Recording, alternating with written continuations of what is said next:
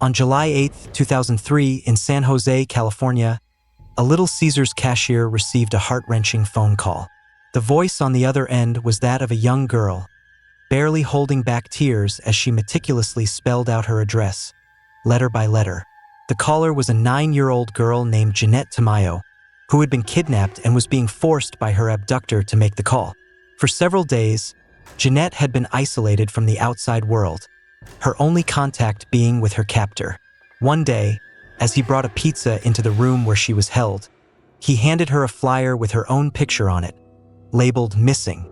The realization struck hard as he ominously told her, "I have to get rid of you tonight."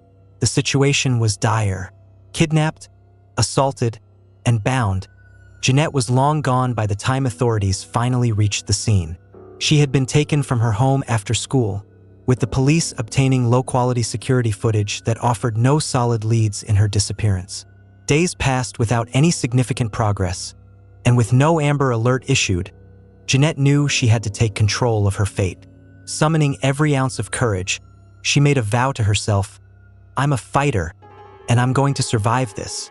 In the bustling city of San Jose, nestled in Silicon Valley, Jeanette had just returned home from school. As she approached her house, she noticed the screen door slightly ajar, a detail that didn't immediately raise alarm. Once inside, however, she discovered that her bedroom window had been shattered, with shards of glass strewn across the floor. Panic set in as she tried to call her mother, only to find that the phone line had been cut off. Before she could process what was happening, a knock at the door startled her. A stranger stood behind the screen, his eyes scanning the inside of the house as he asked her questions. Unease washed over Jeanette, and she instinctively began to close the door. But the man forced it open, grabbed her, and dragged her to her brother's room, where he assaulted her.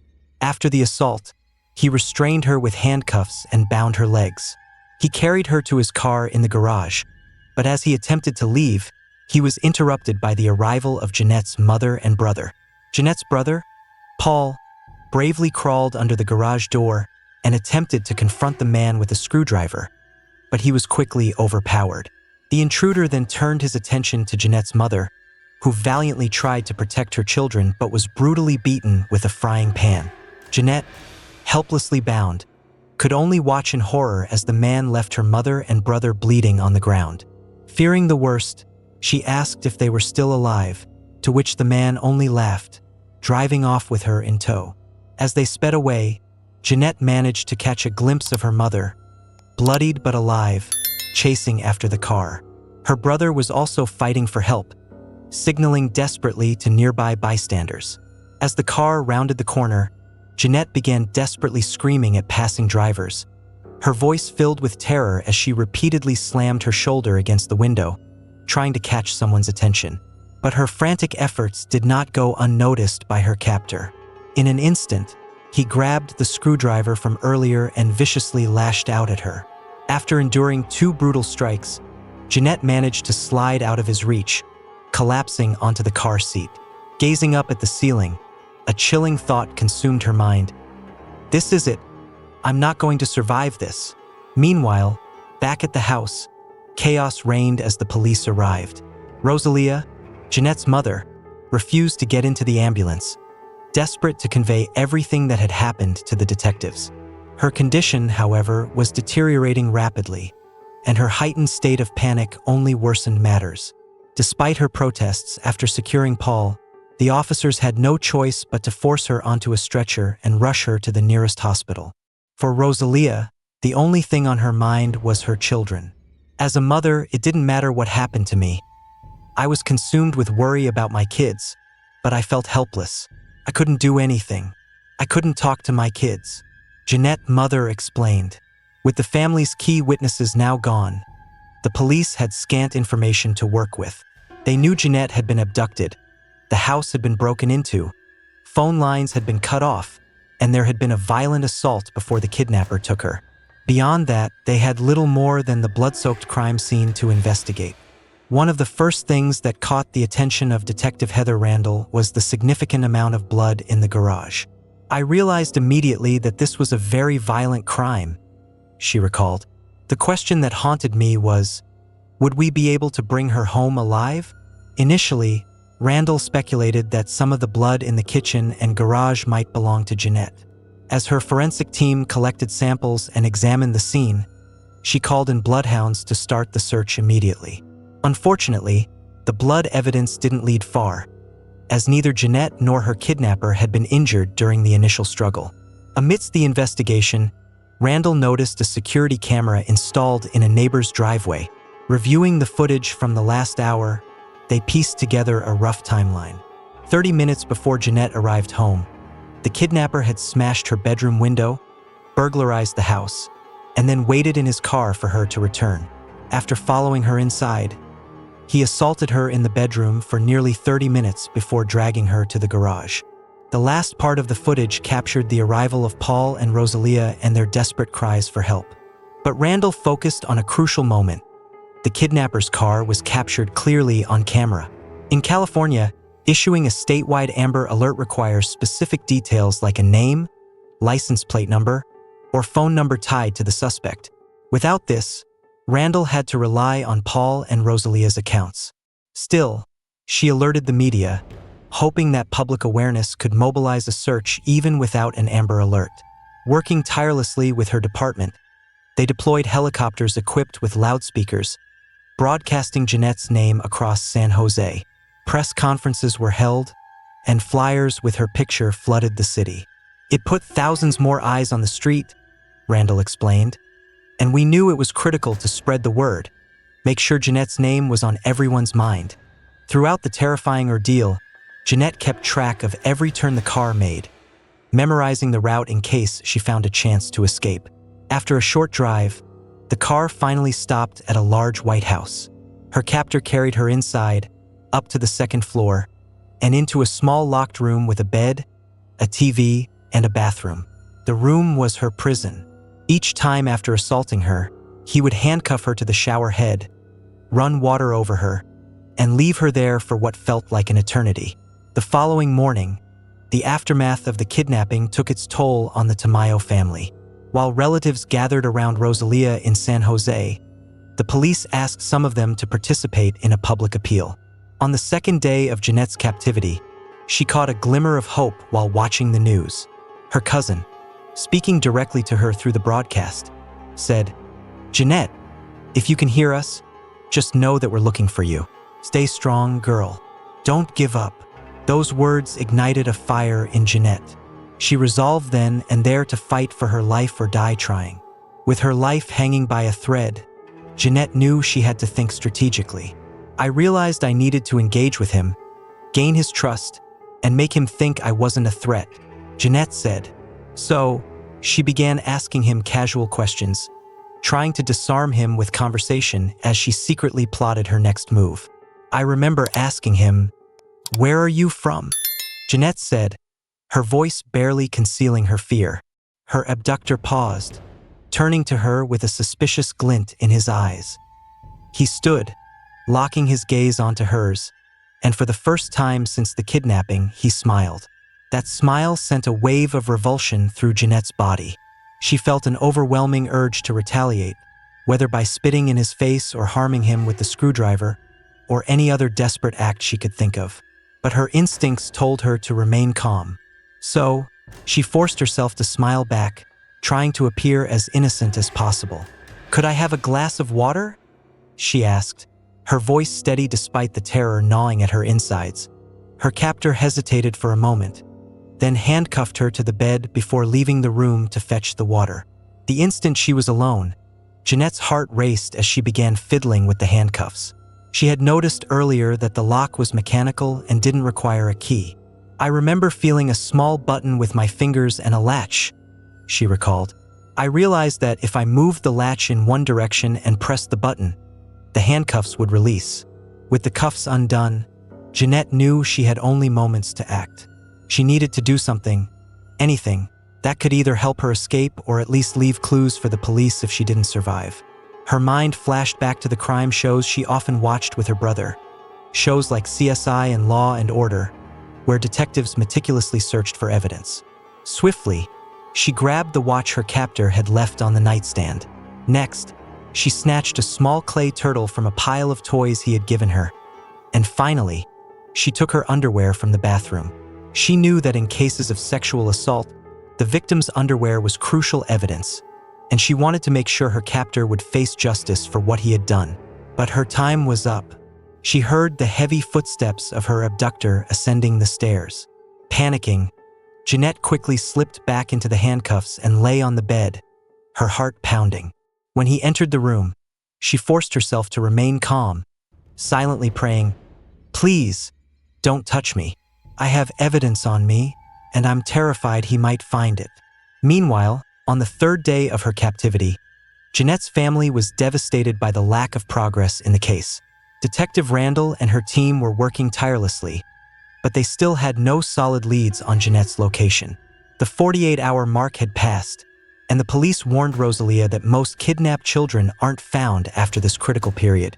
But Rosalia refused to accept this. "I feel so sad because I'm scared," Rosalia said through tears. "My daughter, she's just a little girl. She's only 10 years old. I asked the police, 'What happened to my daughter? When is my daughter coming back?' They told me, 'Maybe never.' I screamed and screamed. My daughter, I haven't seen her for 3 days. I feel so helpless because I couldn't protect her."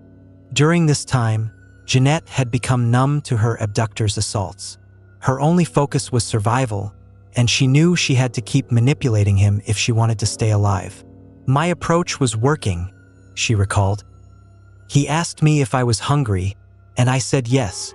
To her surprise, he handed her his cell phone and made her call for pizza. He gave her the address, and she memorized every detail, just as she had done with the route they had taken 2 days earlier.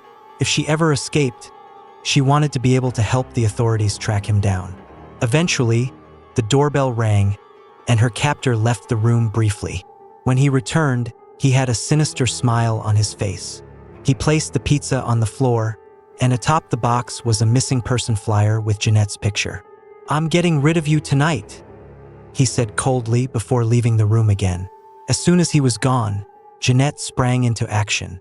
She discarded the pizza, frantically gathering all the evidence she had collected: the watch, the clay turtle, her underwear, and stuffed it inside the pizza box, which she then hid under the bed. But her reprieve was short-lived. Her abductor returned, this time with a pillow in hand. Without warning, he began smothering her with it. Struggling to breathe, Jeanette fought with every ounce of strength she had left, trying to turn her face to the side. But he was too strong, and the lack of oxygen quickly began to take its toll. Just when she thought she couldn't hold on any longer, a surge of adrenaline flooded her body, giving her one last burst of energy. In a final desperate effort, Jeanette managed to slide her face to the side, gasping for one last breath of air. Just seconds later, her captor removed the pillow and asked, "Do you want to take a shower?" Exhausted and shaken, Jeanette agreed, hoping it might buy her some time. After the shower, she quickly dressed, making sure the evidence she had hidden earlier was still secure in her pockets. As she gathered herself, a loud knock echoed from the door downstairs. Panic surged through Jeanette, but before she could react, her kidnapper lunged at her, covering her mouth with his hand. Terrified he might try to unalive her again, she forced herself to stay calm, waiting anxiously for the person at the door to leave. Once the coast was clear, he forced her back into the car, handcuffed her once more, and began driving. The ride seemed endless, and Jeanette couldn't stop the tears and screams that escaped her. In the midst of her anguish, she tried to steady herself, attempting to make sense of the horrors she had endured. But even then, she refused to give up. She focused on memorizing every turn they made, but this time the journey was far longer, making it more challenging to keep track. After what felt like an eternity, the car pulled into a neon-lit parking lot near a liquor store, just off the highway. The car came to a stop, and her captor yanked her by the hair, pulling her towards him. "Where are we?" she asked, her voice trembling. He sneered, "I'm letting you go." His grip tightened as he hissed a final threat. "If you ever tell anyone what I did or who I am, I will come back for you, and I'll unalive your family and you too." As soon as he released her, Jeanette bolted toward the liquor store, her mind racing with disbelief and relief. She had somehow gained his trust and survived. Her emotions overwhelmed her as she stumbled into the store, where she came face to face with the cashier. The man behind the counter, noticing her disheveled state, asked, "Are you okay?" Then, recognition dawned on him. "You're the little girl from TV." Without hesitation, he handed her the phone, but seeing her distress, he quickly took it back and dialed 911 himself. When Jeanette attempted to dial, her hands shook uncontrollably. The trauma had left her so panicked that she struggled to remember the number. Once the San Jose police received the call that Jeanette had been found in East Palo Alto, they rushed to her location. Detective Randall, who had been tirelessly working on the case, was filled with immense relief when she finally saw Jeanette in person. But she knew time was of the essence if they wanted to catch the man responsible. Approaching the little girl, Randall gently introduced herself. "Hello, Jeanette. My name's Heather, and I'm here to help you." Before Randall could say anything else, Jeanette reached into her pockets and pulled out the items she had carefully collected. Her toys, her underwear, her captor's watch, and other evidence. Randall was astounded by the girl's resourcefulness. "Do you have anything else that might help us find him?" Randall asked, still in shock at Jeanette's bravery. Jeanette nodded and asked for a sheet of paper. She then drew a detailed sketch of the house, wrote down parts of the address, his phone number, and every other detail she could recall. Impressed by her memory and determination, Randall posed a critical question. "Do you think you can find his house?" Jeanette's response was resolute. "I think I can." She explained that she could direct them turn by turn. As the police headed back to San Jose, retracing the route Jeanette had memorized, another officer began calling every pizza place in the area, trying to match the phone number to an address. But before long, Jeanette excitedly recognized the area, standing up in the back of the patrol car, shouting, "That's it! That's the place!" Minutes later, Randall received confirmation from one of the pizza places. This was indeed the right address.